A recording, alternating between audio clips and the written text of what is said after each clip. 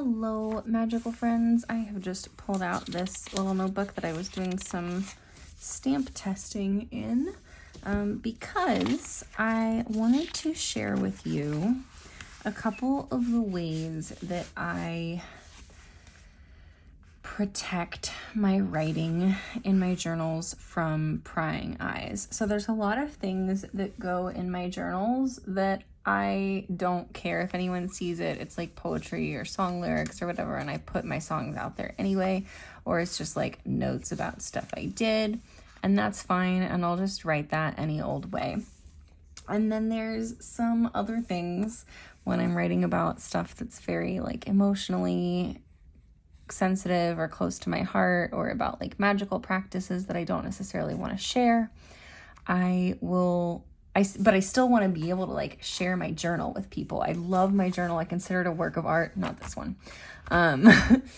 And I really like being able to like let my friends flip through my journal and be able to show it to you guys on the internet. And so there are a couple different ways that I will hide my writing, and some of them I can show you because they are things like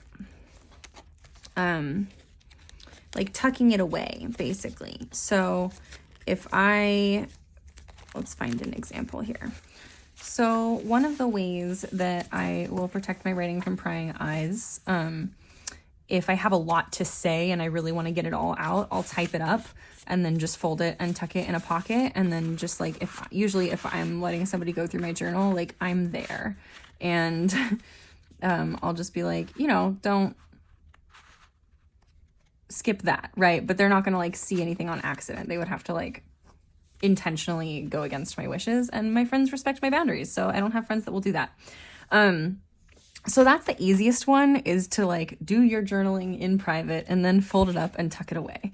Other things that you can do that I don't have examples of in here is like, again, like do your writing beforehand, and then like if you don't need to be able to read it again, you could paint over it or glue over it or whatever, and you still have the opportunity to like get the writing out of your system and onto the page, but then nobody can read it, and that includes you. And then I have another one here that like anything that you can see on this piece of paper from here is totally fine for you to read. But like if you were able to read the whole piece of paper, I wouldn't really love that. And so I just feel like it's pretty clearly communicated by the way that it's set up that like this is not for casual perusers to open. And then this is another thing that like, I write stuff in here. If I'm supervising you going through my journal, you're not gonna like see it on accident. And now I've covered this because this is another method that I'll use to protect my writing. And actually, here's another one. Obviously, whatever is said here is fine because this is just saying today was good or today is good. But writing in Japanese, writing in a foreign language that like most people I know don't speak or read or write. So that's something where like if I'm putting it on the internet and it's sensitive, somebody could screenshot it and figure it out if they really wanted to.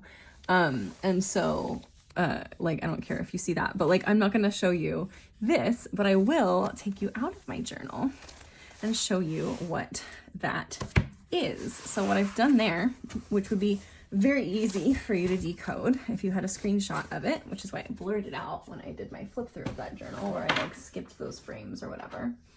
It is mirror writing. And I discovered that I could do pretty all right mirror writing.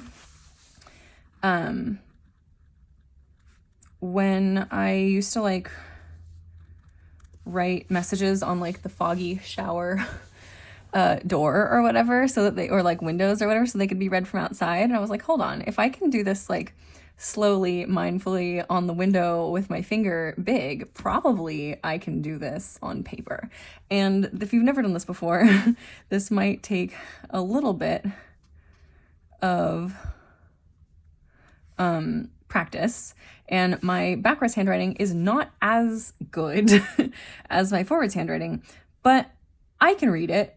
I can read it all right. Sometimes when it gets messy and fast, I can't read it great, but I can always read it if I take a moment to like, I don't know if you can, I'm gonna try and see how well this is coming through on camera. Yeah, you can see I love to write backwards, right? So like if I put it up to the light or if I hold it up to a mirror, I can definitely read it. And if I'm willing to like take a little extra time, I can usually just looking at it, read it. And so this is one of my favorite ways. Oh, see, I dotted my T and crossed my I. So, you know, I'm not perfect at it, but that's not the point. The point isn't for it to be like perfectly gorgeous all the time. The point is for it to keep my journaling relatively private. To keep my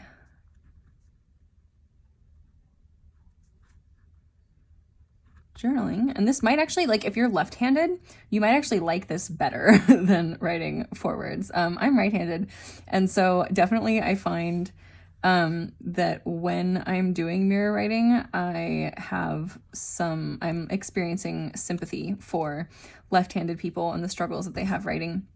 You definitely would want to do this with a pen that doesn't smudge.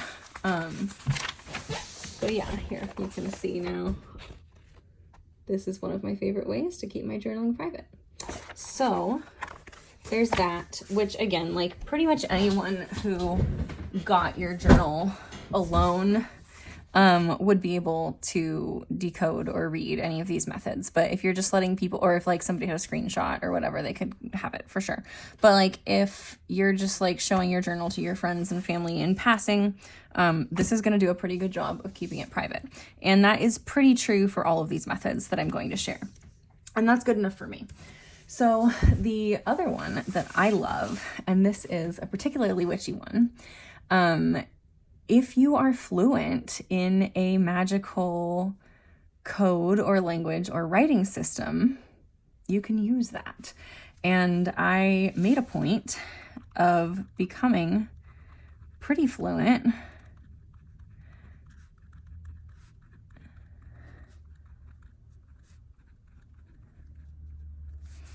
in writing runes when I was quite a bit younger. Whoops. And the thing about runes actually is they are phonetic. So you can do like letter to letter transliteration, but I prefer to do closer to like a true phonic transliteration. And that does mean that like I know my system of doing this in such a way that like if somebody wasn't fluent in runes and wanted to like decode this and they were looking it up like letter for letter, they might have a little trouble or feel like they weren't getting real words, and they might give up, which would be cool. And anyhow, so all this says, and you can disagree with my phonic decisions here, my phonetic decisions here, but all this says is I made a point of becoming pretty fluent in writing in runes. And I've been doing this for so many years that it does come pretty quickly to me, and I'm pretty quick at reading it. It definitely takes me longer to read than reading my regular writing, especially because the best way to get practice at reading runes is to read things that you wrote yourself, but long enough ago that you've forgotten what you've written. And so it's taken me, I don't have as many opportunities, or I haven't had as many opportunities over the years to practice reading it as I've had to practice writing it. And again, like you can disagree with some of the choices that I've made as far as like how to transliterate particular words. That doesn't really matter so much as the fact that it works for me. I can read back what I've written here, and most other people can't. Even people who are familiar with runes, it's pretty rare to meet people who can actually like read them fluently by sight. So that for me has definitely been worthwhile. I feel like this sort of thing, the writing backwards, is even less private, right? Because this one, like, somebody just has to like look at it really hard or put up a mirror or turn the page backwards. This one, somebody has to know their runes and then either know runes or look it all up and take time. And most people ain't gonna do that. And certainly, I think I only know one person who could look at the runes in my journal and even have a chance at decoding them without a book. So, and frankly, I trust her with most of my secrets. So she's not the person that I'm worried about. But yeah, so those are the main ways. And then it's been a long time since I studied Japanese, so I don't use a lot of that. But if I remember a Japanese character or a Chinese character, another thing that I'll do sometimes is like mix all of these methods. So maybe I might do like,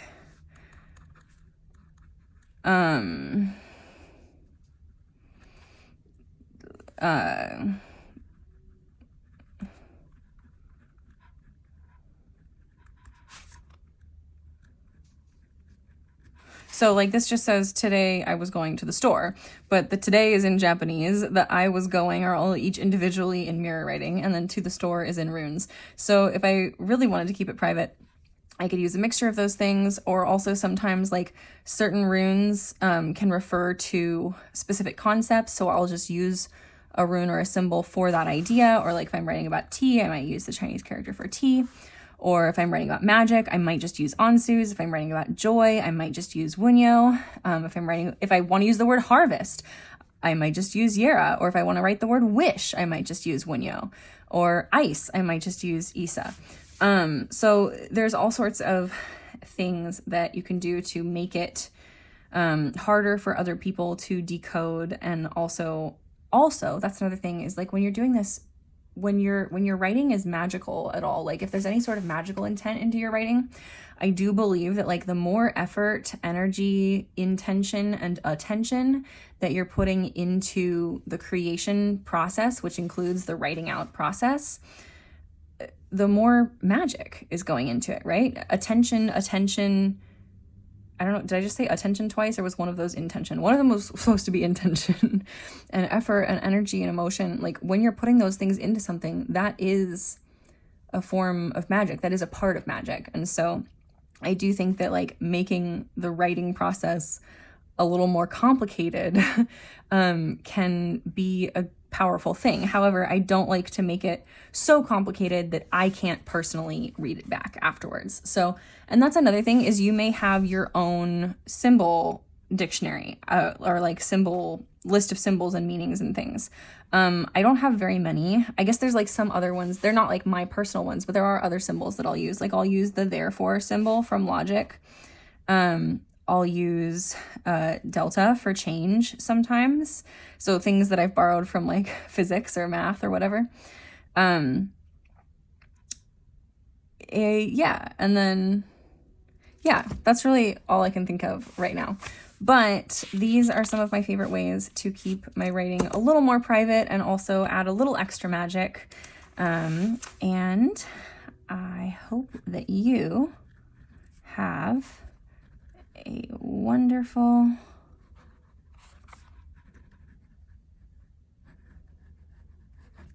magical day. And I look at this and I just think about all the times that I have judged left-handed people for their handwriting, and I'm like, I get it. You're working, the paper is working against you, the pen is working against you. I forgive you. I retract my judgment. So I'm gonna flip this so you can see how good or bad my handwriting is. But the point is, I can read it and it still says something, and it's pretty hard to read in passing. So I just wanted to share those few methods with you in case you are also interested in keeping your journaling private and maybe learning a new, mostly useless skill, but fun and probably good for your brain. So yeah, that's it. Thanks for joining me today. And I hope you got some value out of this, and I'll see you in my next video. Bye.